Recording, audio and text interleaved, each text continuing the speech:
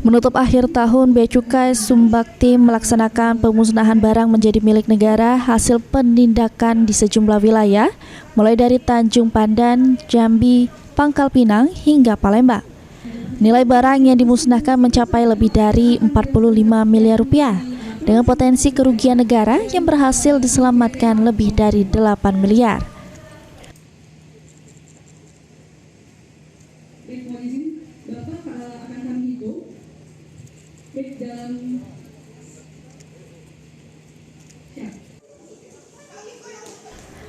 Barang yang dimusnahkan didominasi hasil penindakan rokok ilegal sebanyak lebih dari 10 juta batang, ratusan liter minuman beralkohol ilegal, senjata airgun beserta amunisi, hingga balpres pakaian bekas impor yang dilarang beredar karena membahayakan kesehatan dan mengganggu stabilitas ekonomi.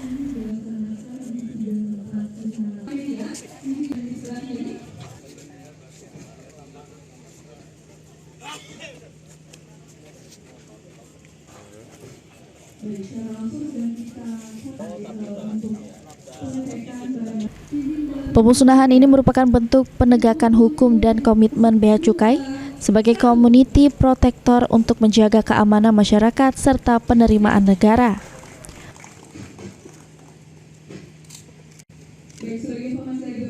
Melalui sinergi dengan aparat penegak hukum dan pemerintah daerah, Bea Cukai Sumbaktim berkomitmen terus memperkuat pengawasan dan pelayanan publik yang bersih, cepat, dan terpercaya. Mulyadi, PAL TV.